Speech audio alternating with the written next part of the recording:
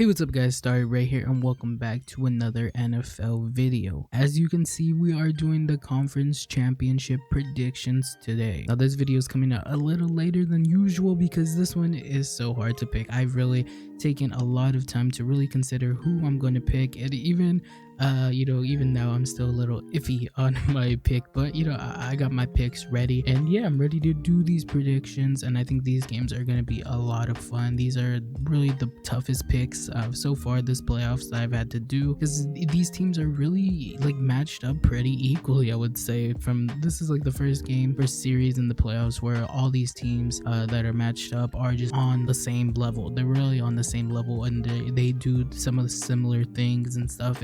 It's a lot of fun to see, and I'm ready to see these games, and I'm ready to do these predictions. But before we get into the video, make sure you like and subscribe so you do not miss out on any more NFL predictions videos and just NFL content. All right, we'll go ahead and start off with the Chiefs versus the Bengals. Now this is the game that gave me the most trouble in predicting, and the reason why it gave me so much trouble is because both teams offensively are really good. They're so solid offensively. It's really hard to just choose which one I think is going to do better, because they have both quarterbacks are elite. They both have elite pieces with them. I think the Chiefs probably don't have as much star power as the Bengals, but what the Chiefs get out of their players is just crazy. It's just really crazy. They make people who they make Juju it's just a really good part of their team who just really steps up in moments, and they have Patrick Mahomes to really get all these guys open and get them all the balls. Tony, we don't even have to talk about Travis Kelce because we know Travis Kelce is probably one of the greatest quarterbacks, our greatest tight ends of our generation, and he's playing with the greatest quarterbacks. So those two are just always in sync. They're always in sync, and it's just they have a super connection where Travis Kelce is always open. So that's not even something that I think we really even need to talk about, because that connection is just crazy. But then even they have Isaiah Pacheco, who's just been running the ball amazingly. He's been really good this season. He's been kind of slept on a little bit, I would say, but I think last game really showed that he's really good. But we can't also sleep on McKinnon. Jerick McKinnon has been playing awesome as well. Offensively, they've just been really solid, and it really stems from Patrick Mahomes just being the greatest quarterback of our generation as well. He's been amazing. He's been really amazing. Now there's that injury with his ankle. I don't think that's going to be anything to really worry about. I'm going to be completely honest. I don't think that ankle injury is going to bother him. I think he's going to be fine. I really do think he's going to be fine. And we haven't even seen him in a walking boot or anything. I saw a video of him doing a press conference, and he was able to walk away looking fine, really fine. It didn't look like anything happened to him. And there's also been reports that he's been at the facility getting treatment on his ankle almost 24/7. The only time he's ever gone home is just to sleep. So I feel like he's going to be really fine for this game against the Bengals. So while we're talking about the Chiefs offensively, one of the things I want to highlight is their third down efficiency. They've been really good this whole year on third downs, converting third downs, and in this game last week against the Jaguars, they're 6 for 12, which is 50%, and that's really good. And this is also kind of skewed a little bit because Patrick Mahomes was hurt. He was limited. He had to stay in the pocket, and I think he's still a pretty good pocket passer, but he was limited. He wasn't able to be the full Patrick Mahomes. And one of the also reasons that I bring this up is because of time of possession. They had more time of possession by 10 minutes over the Jaguars, and that's really good. And it has them in position to really control this game against the Bengals if they're able to convert on third downs, and if they're able to keep the ball longer. That means that the Bengals don't have the ball, obviously. So I think this is going to be interesting to see if they're able to continue to be really efficient on third down and keep the ball to themselves and go on these really long drives down the field, because I feel like every time they get in a situation, or at least earlier in the season when it was 3rd and 10, they would always convert it. It felt like they would always convert on third downs. They just couldn't be stopped. They have too many, that Patrick Mahomes, and they have too many just offensive weapons to really just get the first down.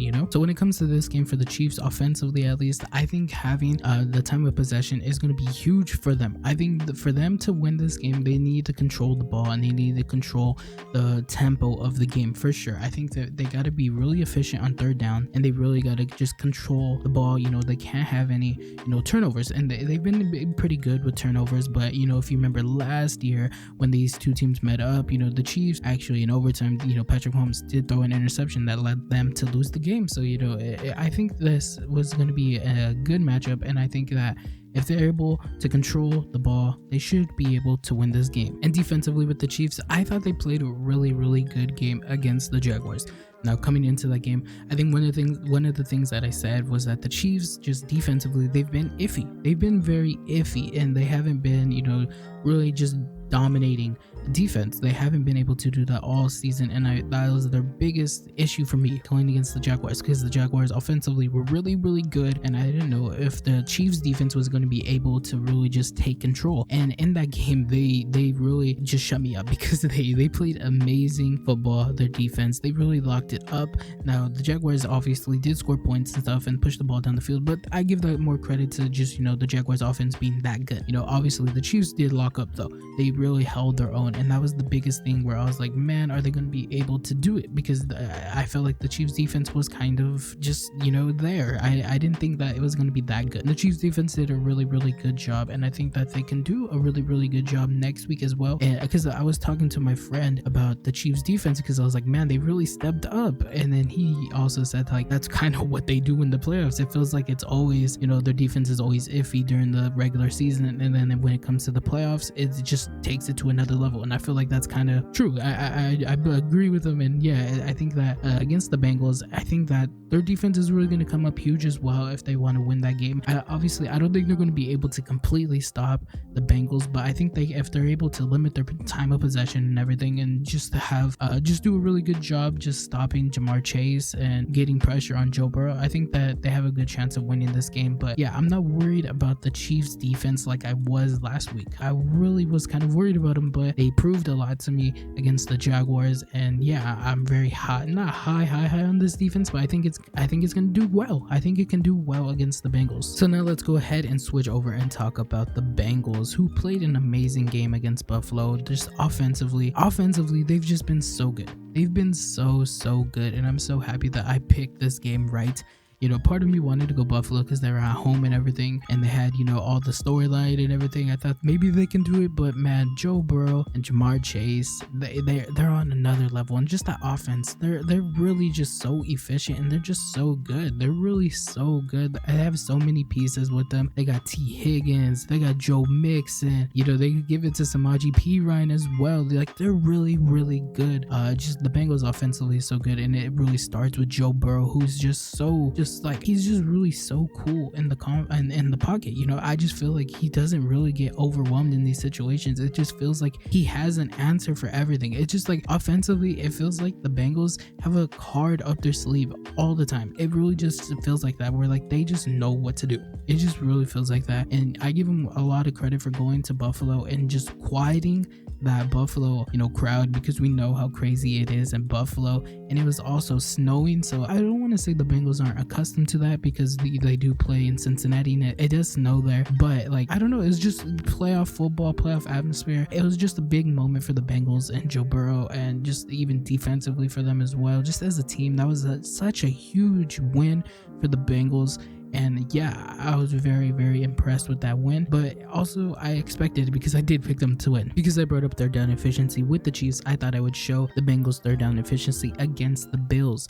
and they were 6 for 10 on third down efficiency, which is, in my opinion, pretty good. And also with the time of possession, I brought it up with the Chiefs, so I'll show theirs. They were 33 to 26, obviously overwhelmingly more than the Bills in that game. And I think this game is, like I said, it's very equal. It's very close. You see it on the third down efficiency, and you see it on the time of possession. The way they won those games was very similar. They controlled the ball, and they didn't have any turnovers, and it's going to be huge in this game for sure. Offensively, they're matched up equally, and defensively, I would give the edge to the Bengals.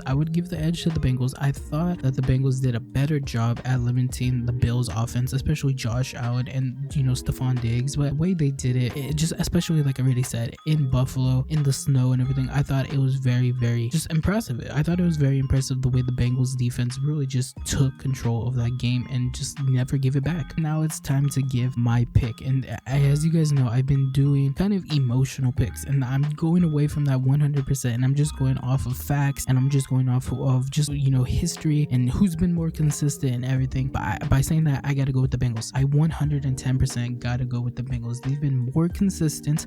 They've been offensively, they've been so consistent. I mean, that first play of the drive for the Bengals against the Bills, I mean, it was a touchdown. Jamar Chase was just amazing. They should have had another touchdown. Like, yeah, the Bengals are just so good, and I really have a problem, and I just struggle seeing the Chiefs being able to really stop it. Like, I don't know how they can really do it. It just feels like they can hit you at everything. If you take away the pass, you know, then they could run it, or they can do short passes or anything. You know, if you take away the, you know, Jamar Chase and T Higgins, you know, they still got pieces. The Bengals are just really good. And, you know, I also had a hard time picking the Bengals because, you know, Joe Burrow has been undefeated 3-0 against Patrick Mahomes, and that's something that, you know, that's there. You know, I think Patrick Mahomes is very aware of that, and I think that obviously he's going to want to win that game. 3-0, you know, 0-3 against Joe Burrow is, I don't think, something that's really going to sit well with him. And yeah, I don't know, it's really hard to really pick against the Chiefs because Patrick Mahomes has become the new Tom Brady. He really has, you know, it's really hard to count him out. But, you know, I'm gonna go with the team that has been more consistent, the team that I feel more confident with.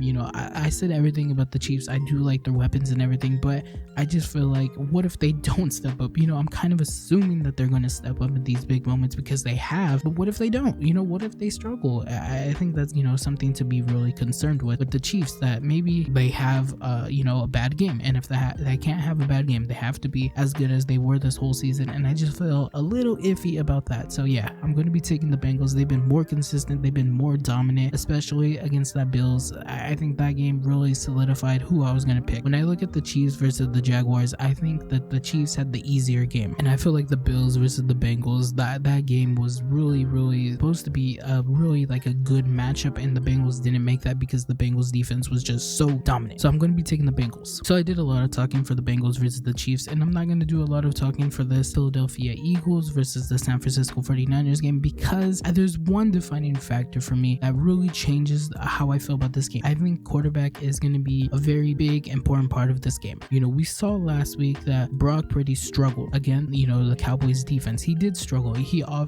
turned up at the end of the third quarter going into the fourth quarter, and it was game over after that. But for the first two quarters and really the whole third quarter, he struggled. He really did struggle, and it was the most we've seen him look like not as good as he was. You know, he struggled. I think that's the best way to say it. He did struggle, and he just looked a little bit more limited than we have seen him in the past, you know. And there's also a factor that he hasn't really played that much great defense. I think the Cowboys was probably the greatest defense he's played so far, you know, and he's also hasn't played on the road. He's had most of his games be in San Francisco. Now he has to go Philadelphia, and I think that's going to be a challenge for him for sure. I think the Philadelphia Eagles fans are going to be brutal. They're going to be brutal. We know how much Philadelphia loves their Eagles. Even though I'm saying all this about Brock Purdy kind of projecting that he's going to be struggling, I also think that this game is going to be very close. I think this one's going to be very close. I think defensively both teams match up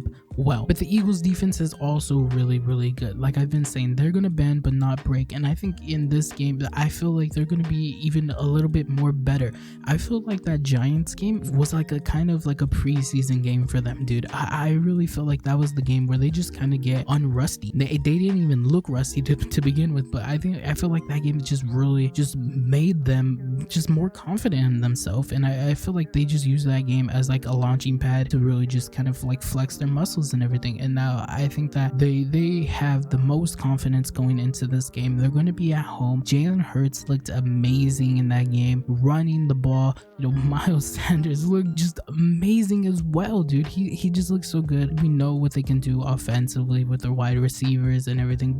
Just the Eagles look so good. good against the Giants. They really looked so good against the Giants that I didn't even really talk about it because there's not much to say. They just really looked like how they did in the regular season, and I think that's so important coming into this game because against the 49ers, I feel like this whole time we've been thinking about, Jalen Hurts' injury, and now that's just completely washed away. And I feel like just offensively, I don't know if they can be stopped. This is also, the 49ers are probably the best defense that they've played as well. So it's going to be very interesting to see how these two teams match up because, like I already said, all these two teams are very, very equal. What I think it's going to come down to is just probably one drive. I think it's going to come down to one drive. And if Jalen Hurts needs to do that game-winning drive, I 100% think that he can do it. If Brock Purdy needs to do it, I'm very iffy on that.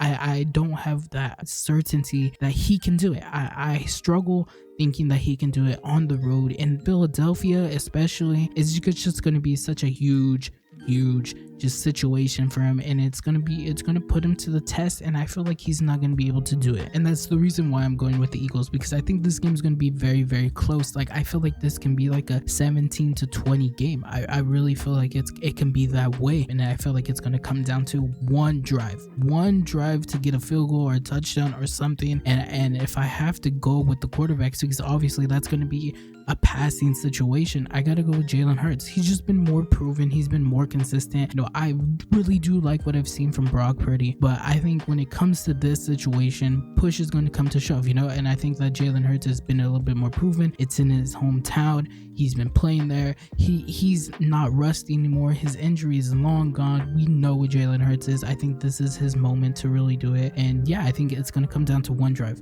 I really think it's going to come down to one drive. Defensively, they're on par with each other, and just I think it comes down to quarterback and one last drive, and I trust Jalen Hurts with the ball to really get that touchdown or that field goal to win the game. So yeah, I'm going with the Eagles. So yeah, those are my picks for the conference championship. I got the Bengals and I got the Eagles, so that means the Bengals and the Eagles in the Super Bowl, and I'd probably take the Eagles if that happened. Let me know in the comments how you feel about my predictions, and yeah, tell me what game you're most excited for. I think these games are going to be a lot of fun, and I cannot wait to see these games happen, and hopefully I am correct. But anyways, thanks for watching. I hope to see you in the next one. Goodbye.